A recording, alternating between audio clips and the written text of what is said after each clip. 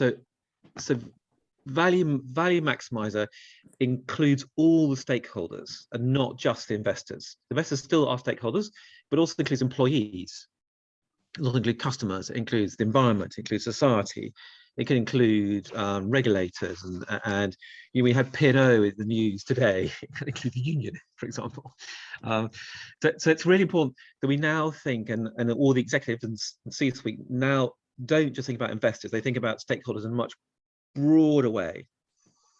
And then I want to just talk about, so that's what they are. And so those stakeholders, again, work for the board and for the CC. In places like Germany, actually, they have employee representation on the board by law, and a large chunk of the board will be employee representation. So again, it depends from state to state how that stakeholders might work, and different sectors will have different stakeholders for obvious reasons. Now I'm going to just briefly talk about how they convert that into strategy.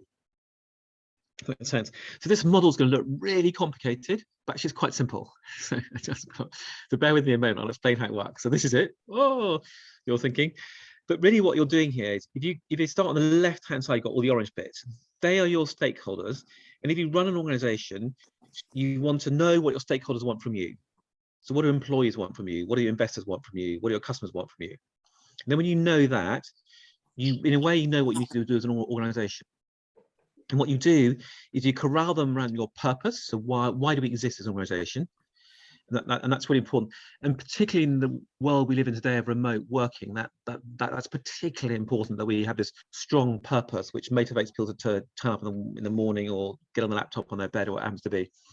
So purpose is really important. Then underneath your purpose, you typically have the big strategies for the organization. So these are our fundamental strategies that we do. And they might be, I don't know, it might be a global strategy, it might be it could be all sorts of things. And then you have the measurable outcomes for those strategies. So if it's a global strategy, you might say we want to be open in this many countries, and that would be a number. And then coming underneath those sort of way KPIs or key performance indicators, you get the initiatives that take place to deliver on those KPIs. So in a sense, so it's really corral people around the purpose. You create the strategies that come from that. You create your measure points, and then you create the initiatives which turn into personal objectives that supports that. That's how it flows through.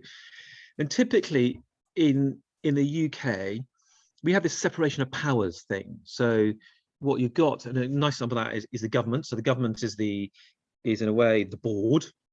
Then the executive, which is the state departments, they deliver on what the board says. So the board sets the policy, and then the state departments deliver on that. And we generally believe in the separation of powers, and that's, you've got the same thing in corporates. You've got the board, and you've got the executive. And this separation of powers is important because it takes risk out of the system. But it's not always the case. So if you take Google, so Google had something called the operating committee, known as the L team, or Larry's team. Larry was the former CEO of Alphabet. And Amazon had Jeff Bezos. So Jeff Bezos was president of the organization, chief exec, and chairman of the board. Well, that gives him enormous power, because he's got, what it means is Jeff Bezos, there's no check on him. And in the UK, we generally say that's a bad thing. But the truth is, he does quite well. So there are, in one way, there are what we call, dominant designs or theories and where you should do this stuff, but other ways work as well. So we shouldn't limit ourselves to these things first. I've got a little case study here, because I was a governor of Hammersmith and Ealing West London College. And all I would say on that is that if you are included in board meetings, which you might well be, or in executive committee meetings, what you've got to be really careful if people don't try and slip things through you. So we had an example when I was school governor here, where something called the remuneration committee met, and they talked about pay in a company.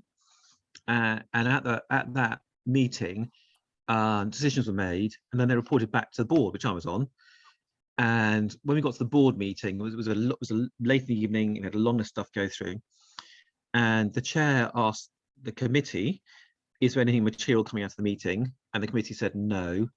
And myself and a lawyer next to me, who were both, in a way, directors, turned around and said, looked at each other and went, are we okay with that? Should we know what was said? And we just asked so many questions on the question before that we thought we'd let this one slip. Anyway, the following day, loads of people ring us up and say, what the hell's going on? Why has the CEO got a pay rise of £30,000 when you're firing teachers? And we didn't know about that. And what happened is the chair slipped it past us, if that makes sense. And knew what was going on and slipped past us because they had a very powerful CEO and quite a weak chair. And that balance of power was wrong in that organization. What that meant is that things got warped. And in the end, I resigned as a director because I thought it was dysfunctional. And not enough, it then went into special needs about 6 months later because it was dysfunctional as a board kind of thing. So it's really important you get that governance bit right at the very top of the organization. Then underneath that, you've got this executive committee, or the management team, or the C-suite, whatever you choose to call it. It's the same thing. So can I ask people to guess how many people? I think I can't stop sharing for a moment.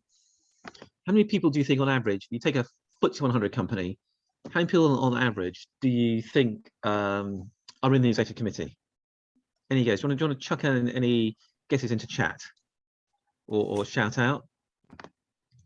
Yeah, 8, 10. You guys are good. You guys are good. 8, yeah, 10, 12. Yeah. Oui, Elena, yeah. Ça va? Oui. Okay, so that these guesses are spot on. So the average is 9. Toi aussi, t'as des choses sympathiques. I'll share again. Sorry, I'll just, Kathy, can you mute, please? So I'm going to share again. So you're exactly right. The average. Hold on a second. Come back to this. So, sorry. So the average is 9. So a FTSE 100 tends to have a CEO, then 8 people reporting into them, and those 8 include what I call 5 staff functions, which are typically finance, legal, HR, either IT or ops, and either marketing or comms. Then they tend to have 3 product CEOs that run the business units. And so you might have, for example, and that's quite interesting. Some of them are organized by geography, some of them are organized by business streams. So you could get HSBC Europe, but you could also get HSBC Retail. You see what I mean? In the digital giants, you get a very similar number. It's slightly more. It's 9 point something. It's slightly more. But what's interesting about this, they tend to have only 2 product CEOs, and the COO becomes a separate role to the tech. So they've got more staff officers. The other thing interesting about the digital giants is that the marketing becomes a much more important function in the digital giants. So that's what the top team looks like. So if you're an EA working for an execo thing, that's likely to be the team that the person you work with is sitting when they have meetings. It's then quite interesting to look at diversity of these teams. Diversity is a big important issue, particularly on gender. It's very hard to get stats on ethnicity because it's very hard to judge that. But gender is much easier. So let's look at gender for a moment. It's quite interesting. So I can ask you to guess. Who do you think? So again, just chuck it into chat. Who do you think leads on? Who do you think has the most diverse executive committees? Do you think it's Europe, USA, or Asia? Any guesses on that in chat? Who do you think leads on that? Okay, got Asia, USA so far. Europe, USA, Europe. Oh, Europe, Asia.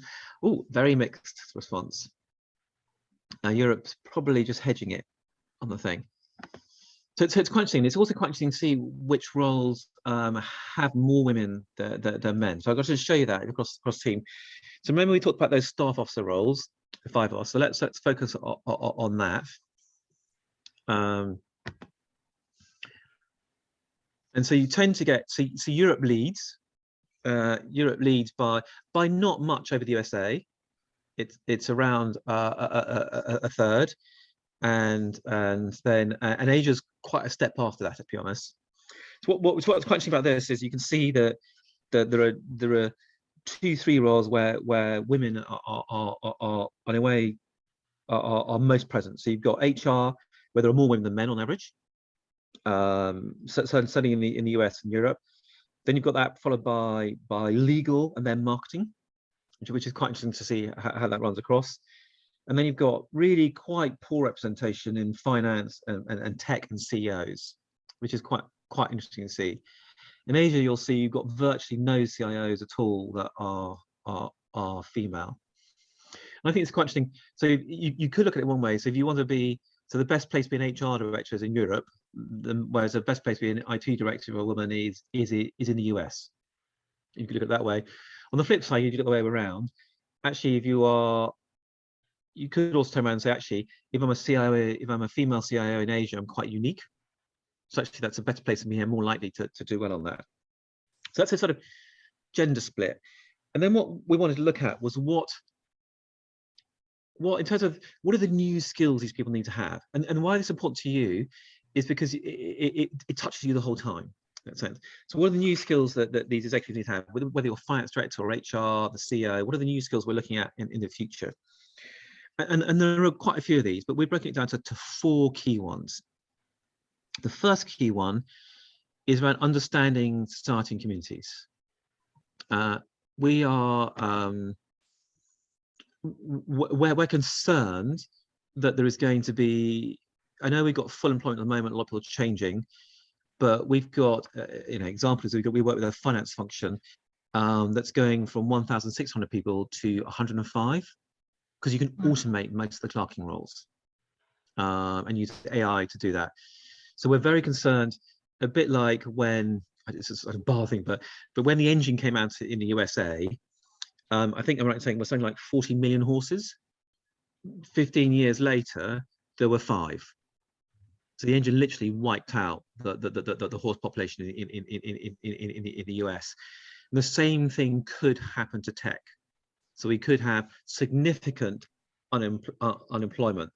The other thing we've got is we've got an increasing wealth gap, and that's not going to go away, because the reality is jobs are becoming just like the EE role. It's becoming more and more skillful.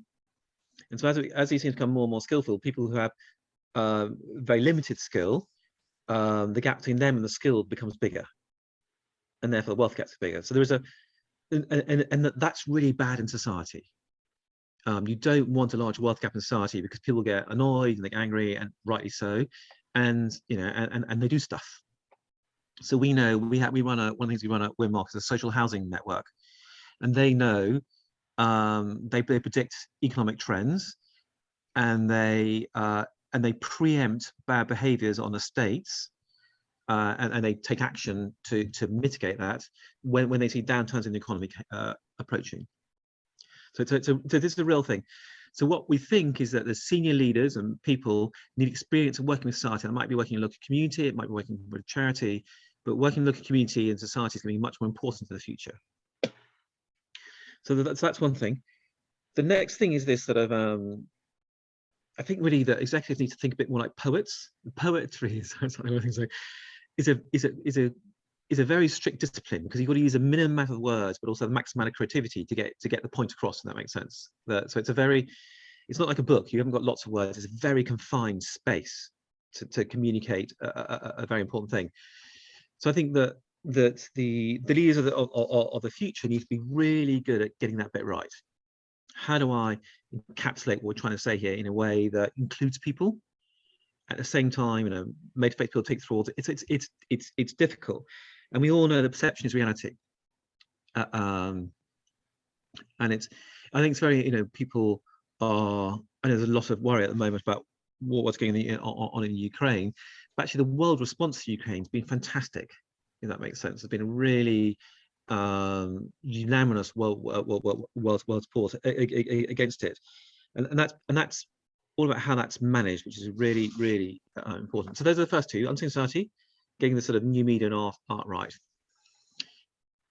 But the next 2 things are quite important. One is you need to understand how stuff works, and people quite often turn around and say that I don't need to understand how a BMW engine works if I'm buying a BMW. And they're entirely right. If you buy a BMW, you don't need to know how the engine works. But if you make BMWs, you do. So it's really important. You can't be a CEO of BMW and not fundamentally understand how an engine works. It's just not okay. And one of the reasons why bearings went under, I'm old enough to remember this, but you're all far too young, but I'm old. It went under because they didn't understand what they were doing. They didn't understand, therefore, the checks and controls you need to have in place. Because they didn't understand that you had Nick Leeson as a rogue employee, and the whole thing fell apart. So you've got to understand the new stuff. And what's really worth doing, if you do it, just building up your CV, is there are lots of free Google courses. So go on, just Google courses, that makes sense, and do a short online course on you can do AI courses, you can do social media courses. So I would strongly advise you to build up that.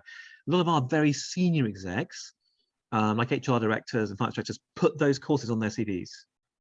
I did the Google Media courses, so they're completely free. So I'd highly commend you do that, because that's part of the new stuff. Knowing that tech is part of the new stuff. And then there's this, and the final point is around diversity. We know diversity works. It's not just about social justice. It's about having a more diverse thing actually is good. It's good for the organization. It's good for many reasons, because the more variety you have around a table, the better, more rigorous decisions you will make as an organization. So those are the 4 big things I think it's going to be. It's going to be understanding communities, this new media and skill of communication. It's about understanding the new tech, that makes sense, and leveraging this wonderful diversity that exists in our world out there. Any questions on that so far? Yeah, do feel free to put questions into the chat, won't you? I'll pick them up and relay them to John as you do. Oh, thank you. So the next bit we want to talk about, I want to talk about the 6O role for a bit, and this is really interesting. So the way we see everyone, we see everyone as being a CXO, a chief something officer. It might be chief legal, chief finance, chief HR, chief executive officer. And so the chief bit is about running the function. The E bit is your expertise. So do you come from marketing, legal, finance, technology, that kind of thing. And the officer bit for us is about adding value across the organization. So really, really simple. So if you think about your career and put that into a career journey, in reality, people start off, the careers go XCO. So you start off learning your expertise. That makes sense. That might be legal. It might be, even Obama and even Einstein started. So Einstein started off in a patent office. You start off learning your expertise, then you tend to start running teams, and then you start to add a value across the organization as the other side. What's really interesting about this, if you put this to age brackets, if you take someone who wants to be chief exec, the average age of chief exec hasn't changed much. It's 56 in Europe. The average age of a C-suite executive is early 50s. And so in reality, what happens is you learn your technical expertise in your 20s. So that's law, so let's say law for them all. Then you start running a legal team, for example, in your 30s. In your 40s, you start adding value across the organization as you go through. And what's really interesting, and most people in the C-suite don't know this, which I think is a really interesting point, is although your career in a way travels XCO, but when you're being assessed to get into the top team, you're assessed on the O first. The O becomes the most important thing, followed by the C, followed by the X. Your technical skill is the least important thing to get you in the management team. Out of the O and the C. And that's really, really, really important for people to remember. So on knowledge for a bit. So what is the difference between someone in the middle management and senior management? What's the gap? That makes sense. Can anyone guess what the percentage knowledge increase is between a middle manager and a C-suite executive? Anyone guess what the uplift is of knowledge? Any guesses at all? In percentage terms. In percentage terms, yeah. Anyone guess about that? Do you want to, rather than show, do you want to log? Oh, somebody said 80. Debbie said 80. 40%.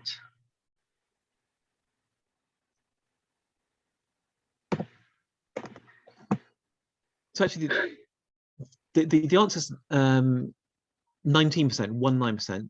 Doesn't sound like much, but actually it can be it's an awful lot when you're considering the breadth that people have to go through. So let's look at that for a moment. So for middle managers, these are the top 6 things they need to know. It's a vision and purpose, values. It's about people and talent.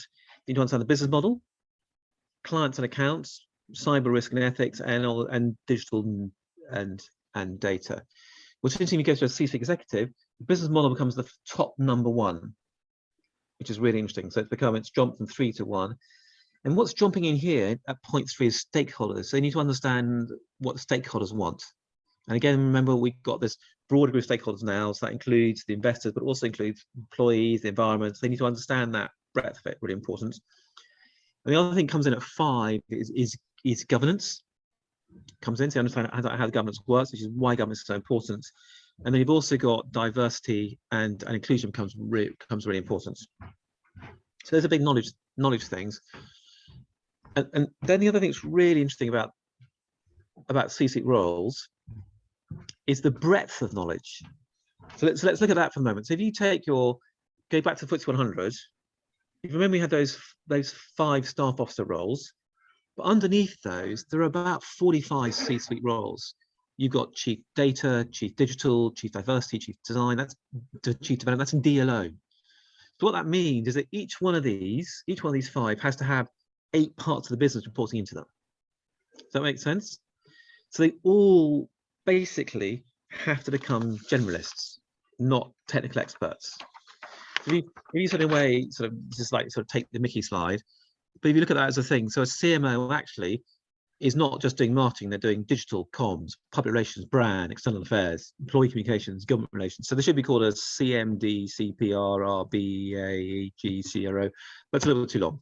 And the same on legal, like doing secretarial work, legal, risk, compliance, data, health and safety, regulatory affairs, investor relations. And so really, they're not just they're all coming this huge breadth of things. And the way companies manage that is they quite often get different roles reporting different roles. So let me give you a couple of examples of that. So Volvo, oh God, sorry, I didn't know this was automating in this way. Oh, there you go. I'll have to look at that. So Volvo, you've got the chief legal officer, and interestingly, the chief information security officer reports into her, which is interesting. And the way why that came about was because the chief legal officer was responsible for data, then she became responsible for data security, and GDPR, then data security, and then now the site reports into her. At Dyson, the same role reports into the HR director because they regard information security as a people issue, not a technology issue. And whereas in PA Consulting Group, the HR director reports into the marketing director because they think they look at the whole thing as being part of the employee brand. So in a way, you've got this shifting moves of what's included in these different roles, which is really interesting. But the overriding message in the C-suite, if you work for one of these people, if they're a technical person, you need to encourage them to have more breadth. Really, really important, because the bottom line in all this is that breadth trumps depth in the C-suite. Really, really important. You don't get into that top team unless you've got breadth. So that's really, really, really important. So if you're supporting these men and women in their careers, they've got to understand a couple of things. They've got to understand that their career is not linear. Opportunities to them are not linear, and they need your help for you to add value and to help them build. And they need your help to help them build their career. Let me give you are we okay for time? Let me give you a little case study on that. There's a brilliant guy who's now the CEO of Aldermore Bank, and so he started at Barclays. And at Barclays, he was a retail banking manager, and he was running a high street bank shop kind of thing. And he got promoted. He ended up running a few of them in an area, and he was doing really well, going up the career path. But he suddenly realised, and then he was offered a job to run a really big region, and there was also a job going in the strategy department. And he sat back and reflected and said, "Well, all I know is retail banking. I don't understand what the bigger bank does. It's got investment banking, it's got international offices. I don't understand any of that. So maybe if I go into the strategy department for a while, I'll learn more about how the organisation works as a whole." So he turned down a £20,000 pay rise and went to work at strategy on the same pay, and he did that for 4 or 5 years. And he said he wouldn't got to his job today if he hadn't have made that move, because he learned at that how the organization works internally. And then he realized that Barclays was an international bank and he had no international experience. So he then, a role came up running a small state in Africa, and he decided to take that role. And there was he discovered when he got there was quite a lot of corruption. He actually reduced the revenue of the area, but he learned a huge amount. So if you imagine, so by the time he's hitting 40, he's run retail banking, run a big area of banking, he's done strategy internally, and he's got international experience. That makes him really useful. So this is a breadth journey. And he then became very senior in Barclays, and then took over a bank called Hoare & Co in London, and now is a CEO, and he's now CEO of Aldermore Bank. So he's now a proper CEO going through. So that, but he says, I would never have got that if I hadn't made those 2 career decisions to get that breadth. So one thing I'd encourage you to do is encourage yourselves. And so if you can get on, I've got a really good friend who was a EA at one of the American banks, and she got really into diversity, and she was being mentored by a senior lady in the bank, and she said, I'd like to have a diversity role within the bank and stop being an EA, and she's now European head of diversity for Bank of America, which is pretty good role. And so complete change in her career. And she wouldn't have got that if she hadn't made that initial step out into the diversity area. So do make those moves on it, not just for your people you help, but also for yourselves as well, to get that breadth. And earlier, remember I talked about learning about technology, but also the big things at the moment. What are they? There, sustainability is really important. Climate's really important. So if you can, build up your knowledge in those areas. Then what we did is we surveyed these C-suite executives which we've been talking about, and we asked them a very simple question of how much time do you think your PA or EA frees up for you a year? So a simple thing, and the answer was about a third. In fact, it was almost exactly a third. It was quite interesting. It was almost exactly a third. So what that means is these individuals in these very senior roles have a third more time to do stuff because of you. Okay, that may not sound like much, but these people on average are on 213,000 a year pay. Now, if you think about that means you free up a third of that money. So you're immediately worth, what's the third of 21? 70,000 pounds. You're immediately worth 70,000 pounds of value you create. But actually, it's a lot more than that. I'll tell you why it's a lot more than that. Because the truth is that these people are not supposed to just, in a way, create as much value as they're paid. They're supposed to create a lot more value than they're paid. They're actually supposed to create a minimum of 3 times the value thing. And so actually, if you do a third and they're supposed to create 3 times, actually the value you deliver to an organization in your role is probably that number of 213,000 pounds a year. So this is really, and that's a really important number to just let us sink in for a moment.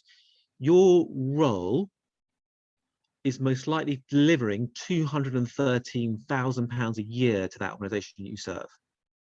So it's not an unimportant role, it's a really important role. And it's really worth investing in. To get right. There's also been, as you will know, the role has changed dramatically over the last 20 years and continues to change and will continue to change. And if people talk about PA, it's not really a PA role anymore. It's a project management role. You are doing stuff to help individuals, but you're also running mini projects the whole time across an organization. That might be an AGM, it might be a office move, might be all sorts of things, but you're doing a lot of project management in a whole variety of areas, which is really, really important to know. Which means that what we find is a lot of the PA training is about how to book a hotel room, that kind of thing, and it's the wrong training. You need to be trained, in our view, in proper commercial stuff, because you're proper commercial people, and you're adding a lot of value to the organization, which is often underestimated. So what we want to commend is that so we've got this 1-day MBA course, which we think is a really good course. We'd like to encourage you to come on that. Charmaine, do you want to say a few words about that? Should I stop sharing for a moment? Yeah, thanks. Thanks, John. That was really interesting, actually. I know we've had these sessions before, but that's about the sort of shifting percentages of what a CEO needs to know. You know, that he becomes less of a specialist and more of a generalist. Is very, very interesting, I think. And it's very useful for I think for the support to know that, because I'm sure that there are lots of CEOs kind of sitting behind their big desks, you know, protected behind their big desks, who just don't understand about the importance of diversity, for example, or the importance of thinking more about the society outside of the company. And all of those things are, of course, as you say, so important. But yes, we've run this one-day MBA with John before. It's proven very, very popular. It's divided into 4 sections. Is that right, John? Sorry, you're muted. I'm on mute. Yes, it is. Yes. Yeah. Through the course of the day. Do you want to go through them, the 4 sections? Yeah. Shall I share again then? Oh, okay. Hold on one second. So what I'll do is I'll give you a little slide which I think is quite good on how to persuade your boss, which I quite like. So the reality. Okay, can you see that? Good. Yeah. Let me show you another slide. So the reality is these people should be investing in you, and the one the MBA is one thing you could be doing, but regardless, they should be investing in you. Okay, that's a bottom line. So how do you get them to invest in you? The first thing you do is you flatter them. They've all got egos. They're all quite successful people. So you flatter them about how much value they create. And if you can ask them the question, how much value do you think you create a year for the organization? And then you can just say, well, how much time do you think I free up for you? And then you can sort of do the maths straight from them. And then in a way, they've admitted to it just by asking those questions. One thing you can do is ask them for a personal catch up. That will terrify them. Because every time a VA asks you a personal catch up, they think, oh, she's going to resign or he's going to resign. And so they're not terrified of resigning. So ask them for a personal catch up. And do that just after something great for them. So time that quite well. So don't do it after a bad day. Do it after something going really, really well. And then say, actually, by the way, can have a personal catch up. So you want to catch one that are on a high towards you. So it's really important. Explain how they need to be a generalist and that they need to have these broader generalist skills that you can use that 6O methodology to explain it to them, and how much better you could help make them, and try and come up with a few ways of doing that, and ask for the opportunity to get those skills and get help. But also then say, but to do that you need a little bit of investment in yourself, and it's only a day. It's only a day, and so there are 260 working days in a year. So your boss earns approximately £820 a day. So why can't they invest a fraction of that in a one-day MBA for you? And Charmaine, because she's ruthless, has negotiated a special price on your behalf. Yeah. So no, we appreciate our relationship with Winmark. Yeah. Yeah. So as I say, we've done this. This will be the 3rd time we've run it, and it is always very, very successful. It's very dense. There's a lot in it. John packs a lot in, but I suppose you take away what kind of resonates with you and what you feel you can manage and you can take back to the office with you. But it is a very full day and very, very rich, and you get a lovely certificate at the end of it. So you can add that to your CV when the time comes. Yeah, and that actually that's a very good point, because that again is, we talked about making your CV more generalist and going back to these earlier skills. So the one MBA is part of that. So even we have CFOs that put it on their CV. So it's a recognised thing. So what it covers 4 areas. We start off doing a bit on strategy and planning and a couple of business models. We then do stuff around finance. We don't really go into huge depth finance because we've only got an hour or so to do that. But it's a useful sort of top level view of finance. We do a bit of marketing and branding and that kind of thing, and account management. And we finish up with doing a bit on on teams and careers. So it's a very broad day. So as you imagine, strategy and finance in the morning, marketing and people in the afternoon. So it's a very broad day and covers an awful lot.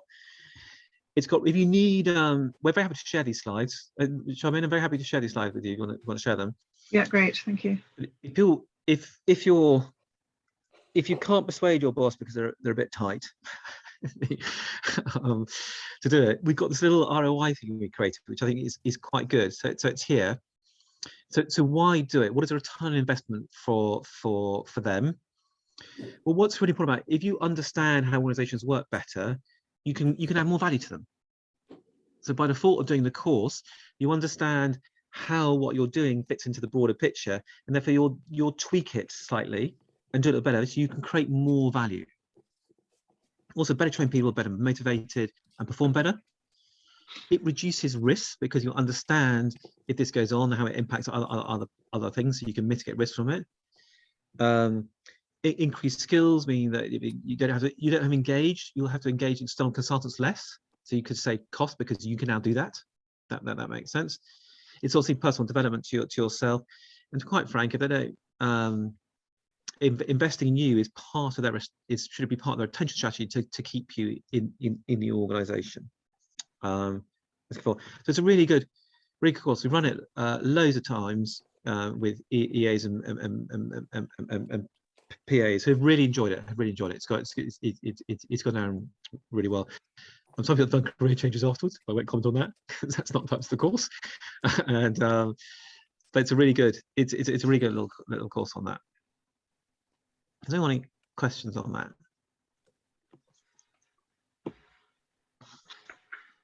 I'm very happy also to answer any general career questions if people have got them. Well, I suppose the obvious rider to all of that is that if you've got this qualification, and if if the results, the benefits of it are obvious, then it's going to also, that will be hopefully reflected in your own pay packet when it comes to your annual review. Yeah, that's a very good point. Yes. Very good point. And I think, as you touched on briefly, John, that the role of the EA is changing so dramatically. It's just becoming so much more a strategic role, and I think as a senior PAEA, you're in a very, very good position to. You have a sort of overview of the company as a whole in a lot of ways. It's a bit of a double-edged sword because it sometimes is a bit isolating, I think. But as a senior PA, you do have insights into all the different departments or a number of departments that you can take back. I'm thinking again of the understanding societies and communities. There's probably a lot that you can take back to your boss about how happy or unhappy the personnel are, or how the company should be engaging more with the immediate outside environment, how it should be more diverse, that kind of thing. I think that very special position that a senior PA has is overlooked a lot of the time, and that can feed very much into the things that John has been talking about today. Yeah. I would be delighted to share the slides afterwards. And just to build on what Charmaine was saying there, I think she raises a really good point. In the Barclays story, I talked about how he's gone in the strategy department to get that breadth of knowledge across the organisation. You had that already as an EA role, because you're already working for a very senior person, so you're already touching a breadth across an organisation. So you are, in a way, already in a unique position. I a long time ago used to be in the army, and quite a few army officers left and became effectively EAs. It became number twos in organisations, because you've got to see how the whole organisation works. They try and get a job for CEO, work for them for 2-3 years, and through doing that, they understand how the whole organisation works. So it's a really, really good learning, really good place to learn on many good things. So I think I would, especially you probably already know a lot more than you actually realise in the organisation. I think the army is probably a good place to understand good and bad leadership. I mean, leadership is such an important thing in an environment like the army, I imagine. So, and when it's not good, well, maybe you don't get promoted if you don't have the good leadership qualities. No, sadly, yeah. I don't know. It's just, yeah, I think in certainly in the part of our zone, I think we had the best and the worst officers. Right. And really, but it isn't about being a sergeant major and yelling at people. It's something a lot more subtle than that, which I think a lot of bosses don't realise, or old-fashioned bosses don't realise. Yeah, but when you go away on these things, the bad people are very quickly weeded out. Very quickly weeded out. Right. Because it's too high risk. Right. It's fun. Any questions on careers? Is anyone facing a career moment where they quite like sort of, or got an issue with sort of individual that like talk about? That's a great opportunity if anybody wants to. We'll do it privately if you don't want to put it into the chat.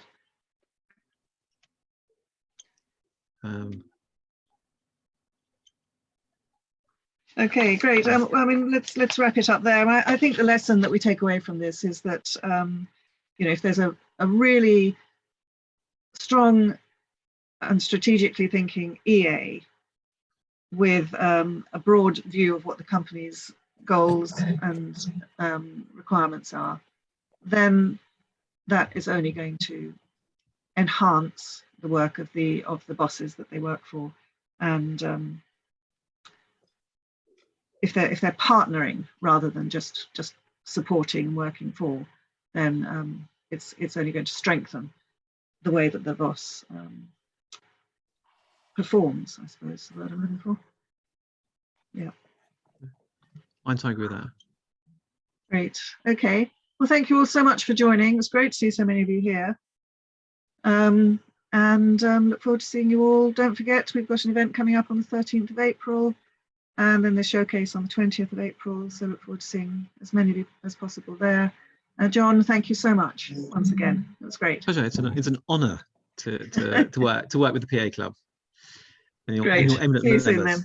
Cheerio, everybody. Bye. Thank you, everyone. Thanks Cheers. a lot. Have a good weekend. You too.